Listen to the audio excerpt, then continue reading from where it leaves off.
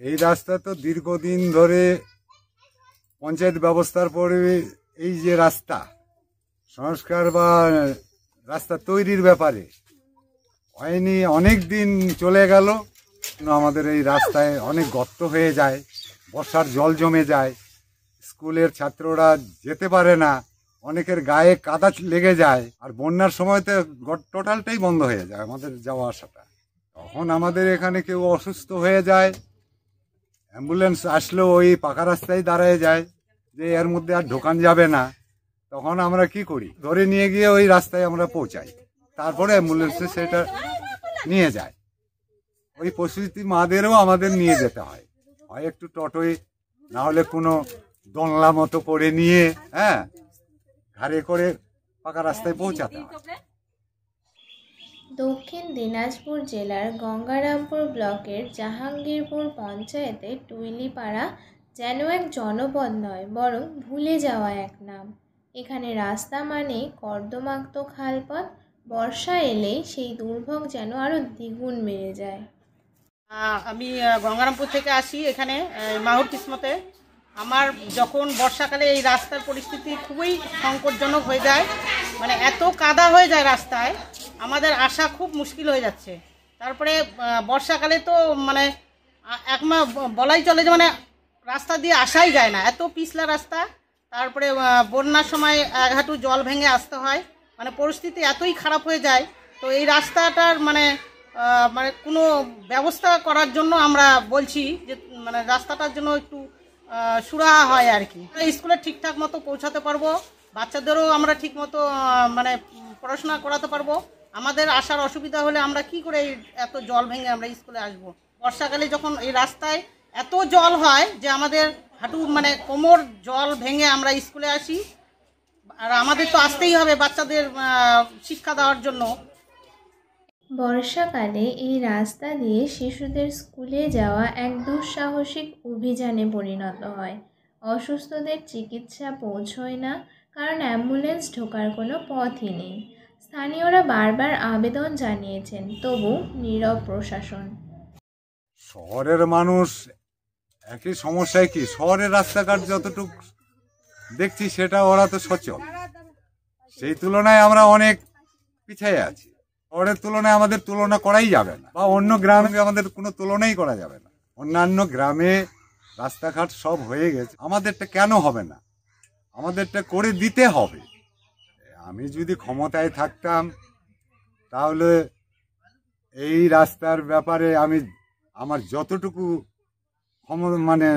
ক্ষমতা থাকতো, কর্তব্য থাকতো, সেটা আমি আগেই করে দিতাম। আমি তাদের এইটুকু বলছি যে আমাদের এই রাস্তাটার যেন সুরাহা হয়, স্কুলের বাচ্চারা যেন ভালোভাবে যেতে পারে, অসুস্থ লোককে আমরা যেন সুস্থভাবে নিয়ে যেতে পারি, প্রসূতি মায়েদের জন্য কোনো যেন সমস্যা না হয়, তার জন্য আমাদের এই রাস্তাটা যেন সরকার করে দেয়। ভারী বৃষ্টিতে রাস্তার নিচু স্থানে জল পরিপূর্ণ হয়ে যায়। এভাবে প্রতিদিন যাতায়াত করতে করতে শিশুরা ক্লান্ত, মন বসে না পড়াশোনায়, অনেকেই স্কুলে যেতে চায় না আর। এ কেবল এক গ্রামের সমস্যা নয়, এ এক নিদর্শন সরকারি অবহেলার, গ্রামবাসীদের প্রতি রাষ্ট্রের দায়বদ্ধতার অভাবের। যদি বৃষ্টি হয় 2-4 দিন, তো রাস্তাটা প্রচণ্ড ভাবে মানে বেহাল হয়ে যায়, মানে এক কথা কাদো। এই কাদোর জন্য রাস্তায় চলাফেরা করা মানে অসম্ভব হয়ে যায়। এমন পরিস্থিতি দাঁড়িয়ে যায় যে সময় সময় স্কুলের ছাত্রই যদি যায়, সেই ছাত্র মানে আমাদেরকে সঙ্গে করে পার করে দিতে হচ্ছে কাদো। কারণ বাচ্চা ছেলেপেলে স্কুল যাচ্ছে রাস্তাটা দিয়ে, কাদো দিয়ে যাওয়ার পথে মানে করে যে পড়ে যায়, হাঁটে যাচ্ছিল স্কুল যাওয়ার পথে, পা পিছলে যেয়ে পড়ে গেছে, পড়ে যায়, পা গেল ভাঙা যাওয়ার পরে ওকে তো ঘাড়ে করে নিয়ে গেলাম রোডে যাওয়ার পরে টোটো নিয়ে হসপিটাল পৌঁছালাম। রাস্তাটা যে পরিস্থিতি আমরা এতদিন থেকে যে ভোগ করছি, রাস্তাটা একের পর এক যে দুর্ঘটনা হচ্ছে রাস্তাটাই, তাহলে এইভাবে মানুষ কতদিন চলতে পারে? আমরা বিডিও অফিসে কাগজ দিয়েছি, সেই কাগজ আমাদের কাছেই রয়েছে। পথে যদি থাকতাম আমি মানুষের পাশে দাঁড়ানোর চেষ্টা নিতাম। রাস্তাঘাট দেখতে হবে, দাঁড়াইতে হবে, মানুষ যেন বলতে পারে যে না, পথে দাঁড়াইছে, কাজ করে দেখাইছে। শহরের মানুষ রাস্তায় এরকম রাস্তা, শহরে তো প্রায় রাস্তা অলিগলি রাস্তা হয়ে গেছে। 2000 সালের 25শে ডিসেম্বর ঘোষণা হয় প্রধানমন্ত্রী গ্রামীণ সড়ক যোজনা। লক্ষ্য ছিল প্রত্যন্ত গ্রামগুলিকে টেকসই রাস্তার মাধ্যমে স্কুল, হাসপাতাল আর শহরের সাথে যুক্ত করা। কিন্তু টুইলিপাড়ার মাটি আজও সেই সংযোগের অপেক্ষায় দিন গুনছে। বর্ষাকালে বাচ্চারা ঠিকঠাক মতো স্কুলে আসতে পারছে না, মানে বেশিরভাগ বাচ্চাই স্কুলে অ্যাটেন্ড হতে পারছে না। এটাও একটু মানে আমাদের প্রবলেম হয়ে যাচ্ছে।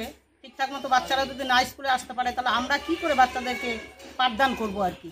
রাস্তাটা যেন হয় ইমিডিয়েটলি, আমি এটাই অনুরোধ করছি আর কি, রাস্তাটা যেন তাড়াতাড়ি হয়। আমাদেরও প্রবলেম হয়ে যাচ্ছে খুব আসা যাওয়া। যে কাদা ভেঙে স্কুলে যায় শিশুরা, সেই কাদায় পুনরায় বিকেলে ফিরে আসে ঘরের মেঝেতে। রাস্তাটায় যেন স্কুল আর সংসার, এই দুয়ের কষ্ট একসাথে বইছে। বামের আমলে শুধু রাস্তায় মাটি ফেলা হয়েছে, তারপর আর কোনো সংস্কারও হয় নাই, নির্মাণও হয় না, কিছুই করা হয় না। আমরা রাস্তা ঠিক করার জন্য পঞ্চায়েতকে প্রথম জানাই, সেখান থেকে পঞ্চায়েত যতদূর কি করলো না করলো, আমরা তারপর ব্লকেই চলে গেলাম। ব্লকে বিডিও আমাদের অনেক প্রতিশ্রুতি দিল এবং বিডিও এসে অনেক 2-3-4 বার এরকম এসে দেখে শুনে গেল। এরপর আমি গ্রামবাসীদের সাথে কথা বলি ও তাদের হয়ে একটি অ্যাপ্লিকেশন লিখে সেই অ্যাপ্লিকেশন ফর্মটিকে নিয়ে জমা দিতে যায় গঙ্গারামপুর উন্নয়ন সমষ্টির কার্যালয়ে। তারা আমার ফর্মটিকে রিসিপ্ট করায় আশা করা যায় খুব দ্রুত রাস্তা সংস্কারের কাজটি শুরু করা হবে। আমরা চাই এই ভিডিওটি পৌঁছে যাক প্রশাসনের কাছে, মিডিয়া ও সচেতন নাগরিকদের কাছে। আপনারা শেয়ার করুন, আওয়াজ তুলুন, যাতে এই গ্রামের শিশুরা অন্তত কাদা মারিয়ে স্কুলে যেতে বাধ্য না হয়।